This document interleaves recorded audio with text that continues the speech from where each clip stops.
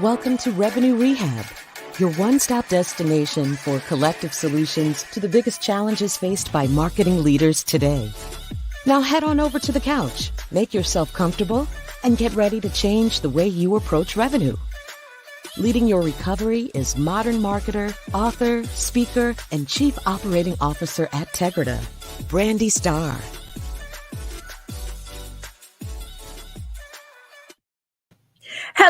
Hello, and welcome to another episode of Revenue Rehab.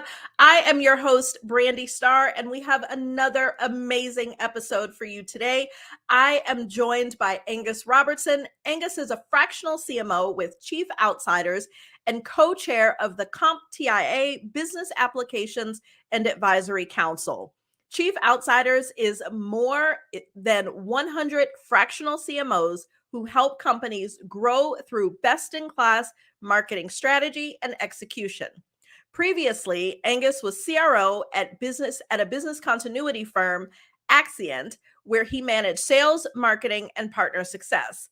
Also, Angus was EVP of Marketing at Conversant, acquired by OneTrust, CMO at insightsoftware, and VP of Product Marketing at public telecoms company Spirent. When Angus isn't obsessing about marketing, he loves getting outdoors and spending time with his family. Angus, welcome to Revenue Rehab. Your session begins now. Thanks, Brandi. Great to be here. Great to see you. Awesome. Thanks. I'm so excited to have you and to continue our chat around being a fractional CMO. But before we go there, I love to break the ice with a little woo-saw moment called buzzword banishment. So tell me, what industry buzzword would you like to get rid of forever? For me, I think it would have to be viral or guerrilla marketing. Yeah, I was gonna say guerrilla is the old school term, and then, going viral is definitely the thing now. And it's so interesting how people try to set out to go viral, and that's usually the stuff that doesn't go viral. Exactly. Yeah, that's right. Yeah, I think I'm haunted by a SaaS CEO I worked for was, he's like, just be scrappy, go viral, do some guerrilla marketing stuff. And it's like, oh yeah, that's easy, no problem. So. Be like, sure. I mean, if we want to, pay for views or those sort of unethical things, it's like, it's not quite that simple. It's not really how that works. Exactly. Well, too funny. Now that we've gotten that off our chest, I am really excited to continue the discussion. For anyone listening, in episode 20, I talked to Alon and Will, and we talked about becoming a fractional CMO as a potential exit strategy. And there we, talked a lot about how if that's the right path for you, what are some of the functions of being a fractional CMO, and also how to identify some red flags as you are considering companies that you work with. And so I know that piques the interest of, a lot of our listeners in determining their next path. And so what I really want to dig into with you is just more tactically, if someone is interested in becoming a fractional CMO, what does that look like? How do they structure themselves? How to set expectations? And so really excited to just really help marketing leaders to figure out what is their next step. Sounds great. Yeah. Awesome. Let's dive in. And so I believe in setting intentions. It gives us focus, it gives us purpose, and most important, it gives our audience an understanding of what they should expect from our discussion today. So tell me, Angus, what's your intention for our discussion?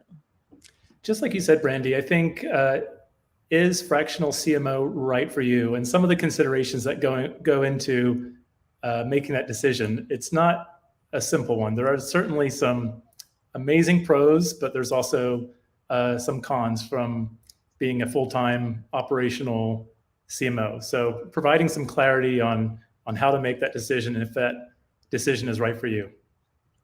Okay, well, I like to jump right into the cons. Okay. I generally very positive and optimistic person, but when I go into decision making, I personally like to think about what are the gotchas and the things that could go wrong before I start to sensationalize the positives and what could go right. So talk to me a bit about what are the concerns? What are the cons? Yeah, I can't help myself. I always go positive. One of the amazing positive things about being a fractional CMO is the autonomy and the freedom. But the con to that, or the contrast to that, is the risk and uncertainty that comes along with the gig. So you have amazing freedom in who you work with, what kind of rates you charge, all that sort of thing. But there are times when you may not have a lot of pipeline or a lot of opportunity or a lot of clients, and the money might not be coming in. And then there's just a lot more overhead and managing and thinking about that. And then I think the benefits too. If you're working for a large company, there's just a certain, even if it's not real, there's a certain perceived comfort that you're getting that paycheck and you're getting those benefits. Even if some board somewhere or some CEO somewhere is plotting your demise, you're not really aware of it.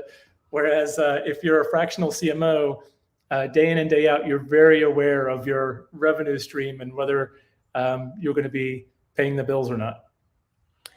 Yeah, and I do think the risk is a key thing to consider because, with a full-time role, although generally you are brought in to solve particular problems, you are brought in to, do the full job end to end. In a fractional role, you really you have a bit more of a focus in this is what you are expected to accomplish in a shorter period of time. So it is almost like you're kind of always on, potentially on the chopping block. It's really interesting though, because coming into an engagement, so Chief Outsiders has been around for more than 10 years.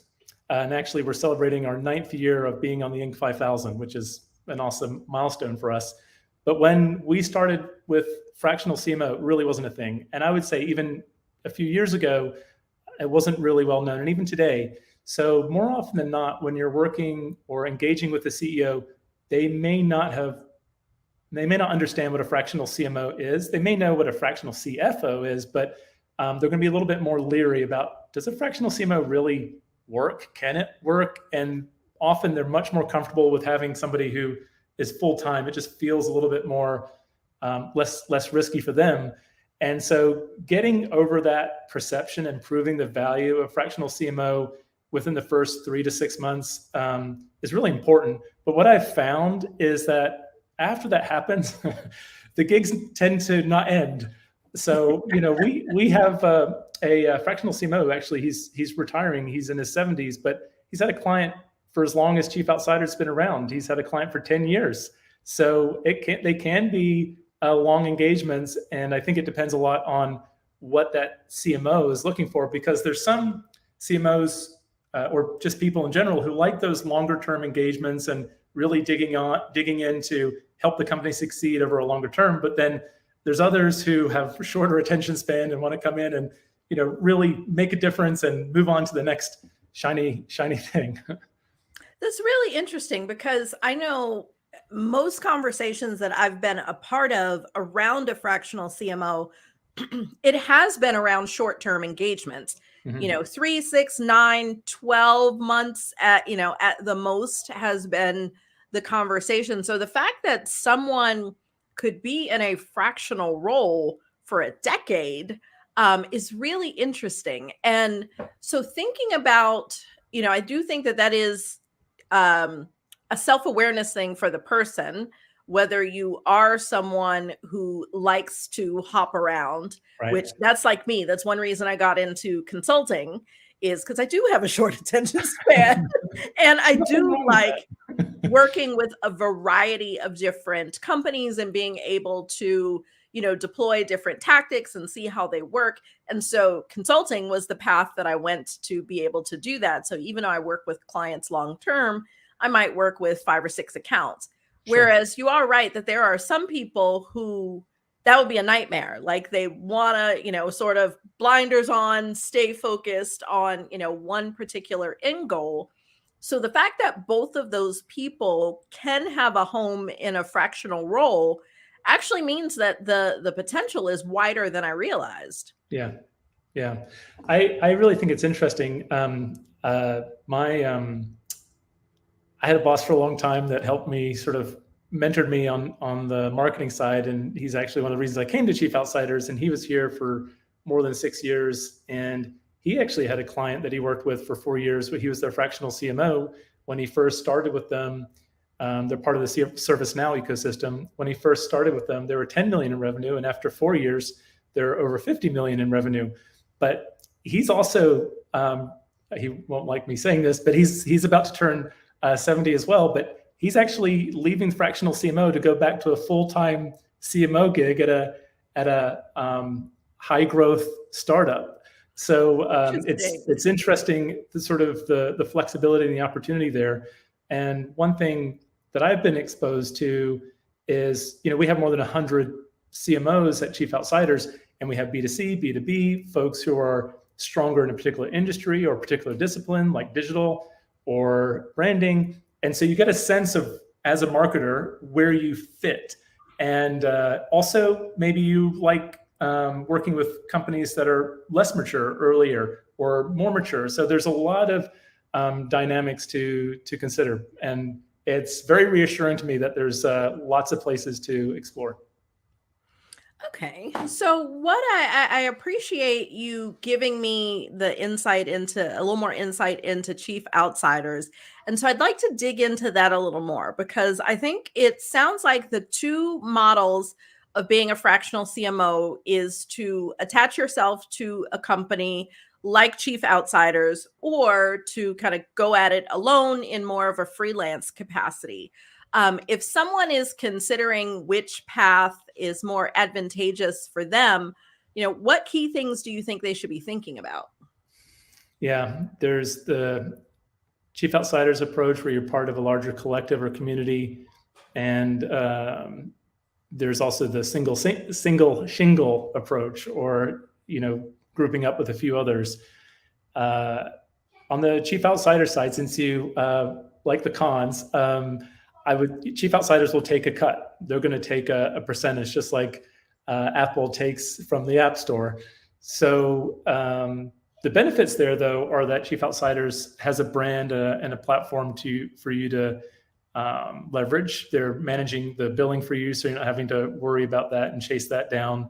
And there's a number of CMOs that over the years have turned into what we call managing partners, and they spend almost all their time selling. And out of I think we're 117 now to be specific, but there's about 10 who are doing mostly selling now, even though they started out as a CMO. And what's interesting is, in terms of the business that's brought to Chief Outsiders, those 10 CMOs bring half of the opportunities in the business, and then the other 100 plus bring the other half from their personal network. So there's a little bit less risk there, because if you bring in your own business, you get a greater percentage. But if you're not having any luck, or there's a dry period when it comes to your own business development, you can always go and partner with one of those managing partners to be one of the CMOs that they assign to the opportunities in the pipeline they're developing. And then on the single shingle side, you just have so much more autonomy and freedom, and you really get to just completely decide how you want to do things, when you want to do things. But then there's more risk. You have to, and there's more overhead that goes along with building and managing that business. Yeah, because it's almost like when you are independent, you're required to do both the selling and the fractional work. And, it's almost like, even though you may have a contract, you still have to always be selling to keep that pipeline going, so that you don't, have those, dry periods in between. Whereas if you're partnering with someone, you could technically not, do any selling and tap into your own network and really just be the person that is being sent out, which I think really, does cater to a lot of different personalities, because there are, I mean, even if, any sort of thing, I mean, you've got attorneys that are same thing. Do you work for a big firm? Do you go out on your own? Consultants, there's a lots of those differing personalities. So now understanding that this is also an option in a fractional CMO role tells me that this is a step in the career path that is actually appealing to a broader audience. And so I appreciate you sharing that perspective, because in my mind, it was more narrow of these shorter term gigs where you're, kind of constantly moving around, having to, eat what you catch, so to speak. But there are places that you can land and almost have some of that same full-time role mentality of, being under a brand while doing the fractional role. Yeah, absolutely. I think you're completely right. I mean, there's some people who really are good at the sales side and just like doing that. And we call it mailbox money, because you're placing other CMOs and you get that commission coming in as long as they're working. And then the other end of the spectrum, the CMOs who really just like doing the delivery and just focusing on the marketing work. And then I'm somewhat in the middle, just because I don't like to give away too much of the percentage, right? So yeah. No, I can understand that. So let's talk about how to structure fractional engagements. So what are some of the, examples of what these can look like? Yeah, so there's two main offerings. We have more, but mostly they fall into two categories. The primary one is the fractional CMO, where you're on retainer, and with us, you can cancel at 30 days, but you are the CMO of the organization, and generally reporting to the CEO. If it's a larger organization, you could be reporting into the CRO or the CMO. And you're responsible for that function. And that includes everything from budgeting to hiring to running all the campaigns and building out the marketing and executing the marketing strategy. So you're doing all of that. And then the secondary kind of engagement that we see most often is advisory. And the easiest way of making a distinction there is that there's no deliverables. So you're helping a future marketer leader develop their skill set, understand what paths to navigate, helping them make decisions, helping them develop in certain areas, and that's a lot of fun. I have some fractional engagements right now, but I also have an advisory engagement, and it's very rewarding working with a smart leader who's really interested in developing the capabilities and being able to share your experiences and your learnings. Okay, and so just to restate that, so when you're on retainer, you are in there, you're doing the role, you are the face of that role, you own everything end to end, but in more of a fractional capacity. In the advisor state, you are really more, giving the advice, but it is on the others to actually, take that and do the work. Right. Be responsible for the outcome. Yeah. Okay. And so in an advisory capacity, how are you measured? Mostly by the perceived value of the person you're supporting and their manager. So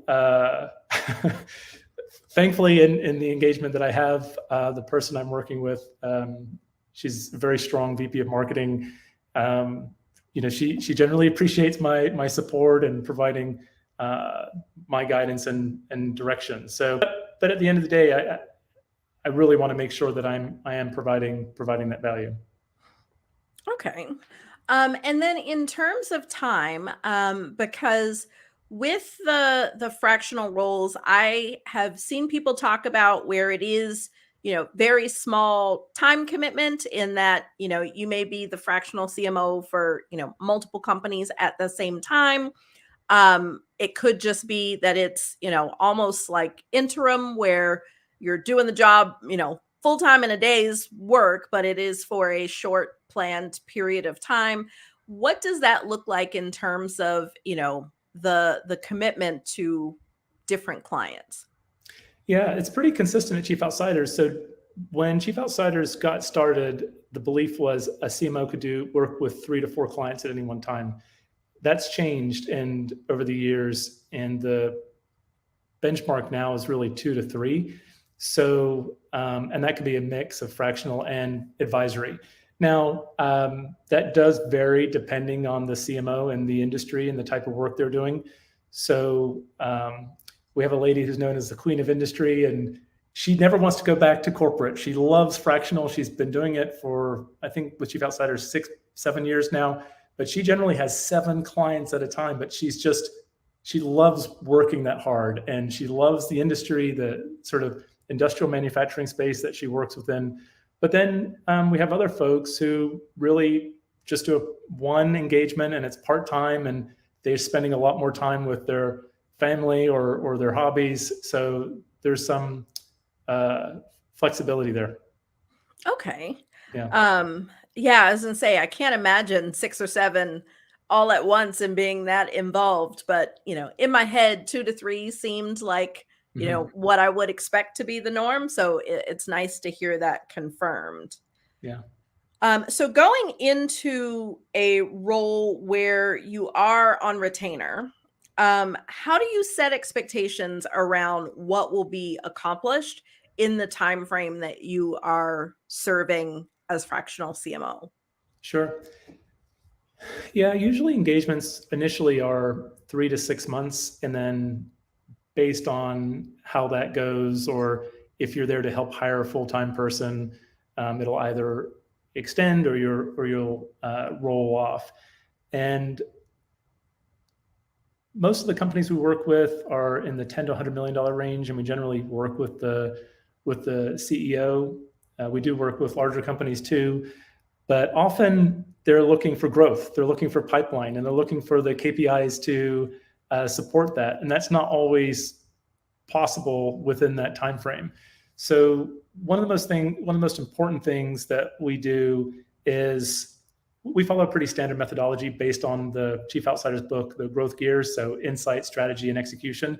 And at the end of the day, the goal is to establish marketing as a driver for growth. So as you're doing your budgeting and your forecasting and your annual planning, you know that you can invest a certain amount of marketing and you can get a return from that. So a big part of what we do is, on the insight side, understand the market, the customer interviews, and then from a strategy standpoint, put a growth playbook in place that establishes a pragmatic approach for growing the business over time, and then get into the execution.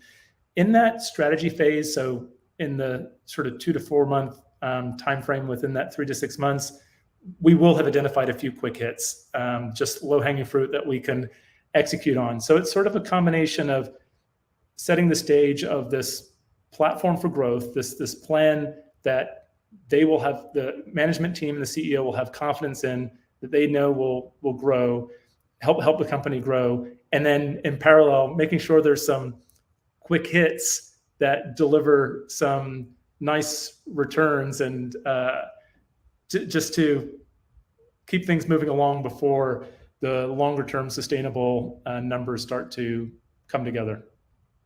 Okay, so it sounds like the initial engagement is almost around coming up with the plan, getting some of those quick wins, and then I'm assuming the next would be that's going well, you then get another engagement to continue executing. Yeah, and sometimes it can happen faster. It really depends on the company. I was involved with a client last year. They're $500 million in revenue, and they needed to generate more than 60 million in pipeline per quarter and at least 30 million from marketing, but they were only on track to generate 15 million. And when I came in and did the initial research, talked cross-functionally, talked with some customers, it was fairly clear that they had almost everything right. You know, they had an amazing brand, they had great products, but they had fragmented and fractured their go-to-market. And it was across so many different campaigns and so many different products which just undermined their go-to-market. There was just too much overhead, too much time, and too much confusion in the marketplace. So very quickly, we were able to simplify that down to 4 primary campaigns. And it was only 3 to 4 months before that 15 million went to 45 million. But that's rare. It's because they had such a strong brand already, and they had such good fundamentals in terms of the product and product market fit. But generally, it takes a bit longer because you're having to plug those pieces together, really optimize the product market fit, help to inform the product strategy, align the marketing efforts to the sales follow-up. And if there is an infrastructure in place, for example, people aren't there, or the systems like the marketing automation is not there, you have to get that done. So it really depends on how those pieces are established within the client. Okay, and that makes sense. Thinking about, that is impressive going from 15 million to 45 in a short period of time. But I do agree, that's one thing I talk about a lot, is when you have that revenue engine infrastructure in place, then it really is just about pulling the wrong levers. It's like, we got too many baskets. We don't want to put all our eggs in one basket, but we don't want to have this many baskets either. So let's focus our efforts, and you can move the needle a lot faster. So really, really interesting there. One of the things that came up in episode 20, when I talked to Alon and Will, was around some of the challenges with managing a team while technically being a third party as a fractional CMO. Have you experienced that or run into any challenges there? I think I've been lucky, or that's one of the things I would say I would miss being a full-time CMO. I don't miss as much the air cover and the politics and the bureaucracy and making sure the board's happy, making sure the CEO's happy, making sure the head of sales is happy, the head of product's happy. Half of my time would be that, right? But I do miss the hiring and the development of the team. So that's something that I really do enjoy in the clients that I work with. And, in that example I gave last time, I had 25 people I was looking after in a $20 million budget. And there was no issue. I have a pretty standard approach to, I like Lencioni's approach to meetings and collaboration. So I generally follow that and do daily stand-ups and weekly ad hocs, and then have programs associated with the channels for demand gen, and make sure that there's program owners and that there's budget aligned to those program owners. So a big part is understanding if we've got good to great, Jim Collins, all the right people on the bus and everybody in the right place. But then empower them and give them the budget and the agency to execute those programs. And I find if you have that communication infrastructure in place, you have the programs defined and the ownership there, and you have that alignment on the overall goals and priorities with the management team, it works great. It's something I really enjoy, the teams. I had a client in Denmark, a client in Texas, a client in Florida, and I've looked after the marketing teams there, and just their energy and their ideas and their perspective is a lot of what motivates me. Awesome. Well, that is definitely a blessing that you have not run into any of those people challenges. And I do think the minimal politics has been one of the selling points that has come up in a number of conversations for the fractional role. So I think we can all definitely live with less office politics. I know that was one of the motivations for me going into consulting, is to run as far away from that kind of stuff. Well, that is really awesome, Angus. And I would say that, talking about how to solve our challenges is just the first step. And in traditional therapy, the therapist gives the client homework. But here at Revenue Rehab, we like to flip that on its head and ask you to give our listeners some homework. So help to summarize your key takeaways, and then give us our one thing. What is the one thing that you would want someone who is considering going down the fractional path to do? So one of the things that I got exposed to when I went through the interview process at Chief Outsiders was Dan Pink and his theory of motivation. And I think it's phenomenal. The idea of autonomy, mastery, and purpose that drives motivation. At Chief Outsiders, we had one more, which is community. So I think thinking about, is fractional CMO right for you relative to those 3 or 4 things, autonomy, mastery, purpose, and community, is really key. And if it comes back that why relative to that motivation really sticks, then go for it. And you're going to be successful. Awesome. So the self-assessment would be our one thing, and Yep. you've given us a nice framework. I am not familiar with Dan Pink, so I'm going to have to look him up. He has a 20-minute TED Talk, which is great. Yeah. Okay, well, I've got to go to soccer practice, so that'll be my listening while I'm sitting on the sidelines. Yep. I will find that TED Talk. Well, Angus, I have enjoyed our discussion, but that's our time for today. Thank you so much for joining me. Thanks so much for having me, Brandi. It was a lot of fun.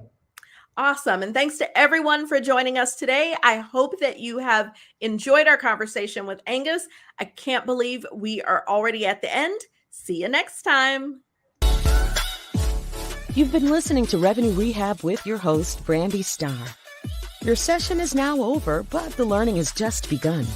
Join our mailing list and catch up on all our shows at revenuerehab.live. We're also on Twitter and Instagram at Revenue Rehab. This concludes this week's session. We'll see you next week.